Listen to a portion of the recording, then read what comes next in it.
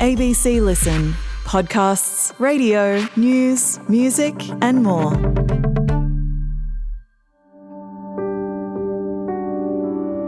An aged care worker. He was competent in his job. He was friendly. In one of the finest nursing homes around. There was always someone around which made her feel safe. Is suspected of the worst possible crime. A former nurse has been charged with murdering 2 elderly people at a Newcastle nursing home. His arrest came as a shock. Gary Davis was left stunned and distressed. And 10 years on, he's speaking out from behind bars. My name's Gary Stephen Davis. I maintain my innocence. But is he lying? You've predicted the deaths of 2 of the people who were injected. So how do you explain that? Award-winning investigative reporter Anne Connolly is on the trail, unearthing fresh evidence. Is it possible that he had been doing it and hadn't been caught before? The Invisible Killer, a new series by Background Briefing. Hear it now on the ABC Listen app. Hi, it's Sam Hawley here. Today's episode is coming up, and please join me on Monday for the start of our 5-part series explaining how we're all held hostage by housing. So many of us either can't get in, are in over our heads, or live in an economy weighed down by housing debt. Who's to blame and what can be done? That's Housing Hostages, starting on Monday.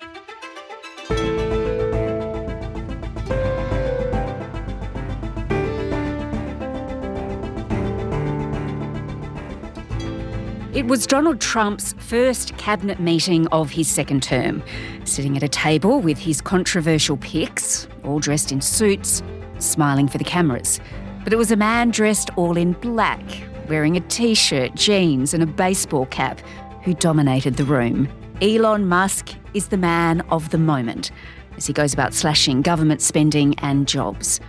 Today, Tom Nichols, staff writer at The Atlantic, on what Musk and Trump are really trying to achieve. I'm Sam Hawley on Gadigal land in Sydney. This is ABC News Daily.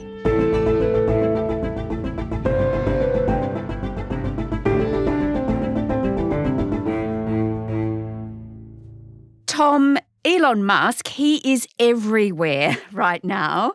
He was even a star of Donald Trump's first cabinet meeting. So, Elon, if you could get up and explain where you are, how you're doing, and how much we're cutting. And it's an honor to have you. He's been a tremendously successful guy. He's really working. Thank you, Mr. President. I actually just call myself a humble tech support here, because that is almost a literal description of the work that the DOGE team is doing. That's slightly unusual, I would have thought. He was even wearing a baseball cap. It's highly unusual and faintly ridiculous to have Elon Musk walk in a T-shirt and a ball cap and explain things that he really doesn't understand very well. We will make mistakes. We won't be perfect. But when we make a mistake, we'll fix it very quickly. One of the things we accidentally canceled very briefly was Ebola prevention. I think we all want Ebola prevention. Elon Musk has not been elected or appointed or confirmed anything other than this DOGE, which is really just a piece of letterhead that the president allows him to use and say as a special government employee, which is a temporary status. So yeah, it was pretty unusual and sadly a kind of a spectacle. Yeah, sure was. Well, Donald Trump was full of praise for him. He strongly endorses what he describes as a chainsaw attack on federal agencies. Yeah, and again, Donald Trump doesn't really understand. I mean, he was president for 4 years, but he too doesn't really understand how government works. He's never been interested in it. He's never been interested in policy. He's not interested in governing. He's interested in power and money. And now, this second time around, revenge. So, if, he has a new best friend who says, I'm not beholden to government regulations. I'm incredibly wealthy, in fact, wealthier than you even, and I'll just go in and destroy things. And I think Donald Trump said, I'm guessing that the president's response was, hey, that sounds great to me. Go make everybody miserable. Oh, yes. Well, the message from Elon Musk is that if substantial cuts aren't made to federal agencies in America, then the country will go bankrupt. It comes, of course, after the other rather unusual appearance of Elon Musk in the Oval Office when he had his son X standing next to him. This is X, and he's a great guy, high IQ. He's a high IQ individual.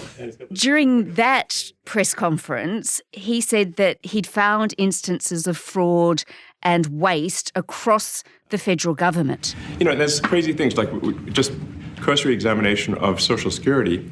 And we've got people in there that are 150 years old. Now, do you know anyone who's 150? I don't. Okay. They should be on the Guinness Book of World Records. But is there any evidence of that? Well, none that he's provided. And, the story keeps changing. Well, we found, X billions of dollars. We've found these programs, those programs. These guys don't know what they're doing. And they don't know what they're looking at. They're harvesting data and they don't understand what's in front of them. It really is kind of cost-free for them to simply say things like, well, we found fraud, waste, and abuse all across the government. You can always safely say that about a large government. Hey, there's fraud, waste, and abuse in the government. I was a government employee for 25 years. I saw plenty of it. But this really isn't about that. This is about arrogance and narcissism and ego and a certain amount of, again, for both Musk and Trump, revenge, retribution, getting back at all the people that they think have been looking down on them and avoiding answering their questions and doing as they're told. And particularly for Trump, who has always felt like the bureaucracy has thwarted his schemes and plans, in part because the bureaucracy is made up of people who swore an oath to the Constitution of the United States.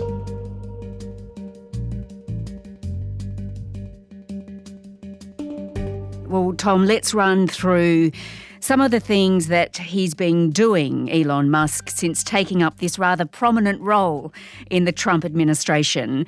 Let's start this week with an email he sent to government workers. It had a subject line, "What did you do last week?" Last week, the president encouraged me via Truth Social and also via phone call to be more aggressive. And I was like, okay, yes, sir, Mr. President, we will indeed do that. And I said, can we send out an email to everyone? Tell me about that. It really showed that Musk is kind of that jerk boss that everybody rolls their eyes at, while he's in the office. I want to know 5 great things you did this week. It wasn't really to pull out an answer, because if 2 million federal employees actually answered that email, there's no way anybody could read it. There aren't 2 million DOGE workers who are going to be able to read the responses and say, all right, you, and you can stay. The other 3 of, the rest of you have to go. It was meant to make federal workers uncomfortable. It's meant to frustrate them and scare them and make them quit. Remember that the head of OMB, the Office of Management and Budget, Russ Vought, has said he wants federal workers to come in every day and feel traumatized. Because, again, these are people who have very radical plans, and they view an apolitical American civil service as a fundamental obstacle to those radical plans. And they believe that because they're absolutely right. An apolitical civil service that swears loyalty to the Constitution does get in the way of radical, unconstitutional plans. So that whole escapade with the email, tell me what you did, was really meant to just rattle people rather than to generate real answers. And the White House and Musk can't even agree about whether anybody actually had to answer that. Yes. The president, in just one of those classic Donald Trump, confused trains of thought, said, well, it's sort of voluntary to answer it, but I guess you're fired if you don't. So by asking the question, tell us what you did this week, what he's doing is saying, are you actually working? And then if you don't answer, like you're sort of semi-fired or you're fired. Meaning, I have no idea what's going on, and I don't really have an answer for that. All right, so Tom, apart from that rather confusing email, what else has Elon done since taking up this position? It beats me. I mean, honestly, I've been, watching this as closely as any American. I have many friends that are still in federal service. Nobody really understands what's going on. Emails kind of come and go. Mostly, I suspect what he's been doing has been, doing what he did at Twitter when he took over Twitter, issuing all kinds of contradictory orders, claiming that everybody has to work, full out and we have to trim 20% and the kitchen sink. And I mean, clearly he's having the time of his life, but what he's actually doing as a special government employee with all these teams of kids that are trying to dragnet information out of various government agencies, who knows? Yeah. I don't think he knows. But 200,000 federal workers have been laid off since Trump took office. 75,000 have accepted buyout plans. That's according to the White House. So you don't believe that's happened? I don't know. The only figures we have are coming from Musk and the White House saying that, 200,000 people were laid off, 75,000 people took the deal. In my experience, no one yet has been able to confirm any of those numbers. So I'm kind of squinting at those and saying, I'm not sure I buy those numbers, but I suspect they're somewhat lower. Well, Elon Musk says he will save $1 trillion by 2026. That's half of what he promised during the campaign. But Tom, do we have any idea then of how much money he's actually saved already? No, and I doubt that it's very much. I imagine it's in the hundreds of thousands of dollars, maybe. DOGE says it's saved $65 billion already. Well, anybody can say anything. We can all say a lot of things. In terms of how much they've actually saved, again, who knows? I've seen numbers that are as low as $600,000 or $800,000 in personnel costs. No one's doing an independent accounting, and I am deeply distrustful of anything Musk says off the top of his head. And saving $1 trillion, good luck with that. I think they're just throwing numbers around. Saving money isn't really the point. Destroying the independent civil services is the goal here. Yeah, well, let's have a look at that now and what that all means for the functioning of government in America and democracy. What does that then lead to? What happens? Remember that he has come into office loaded up with lessons he learned, particularly from the last few years of his first term in office, where he learned that lawyers are the enemy, which is why he's fired the top lawyers in the U.S. military. He's fired some of the top officers in the U.S. military. He's installing loyalists at the Justice Department. He has gone after the intelligence community. He knows exactly what he's doing. He's not trying to reshape government and make it leaner and meaner and more effective and more efficient. He's trying to systematically destroy all of the guardrails that prevented him from simply issuing orders. Personally, my opinion, the rest of it's just a lot of noise, that this is almost entirely what this project is about at this point.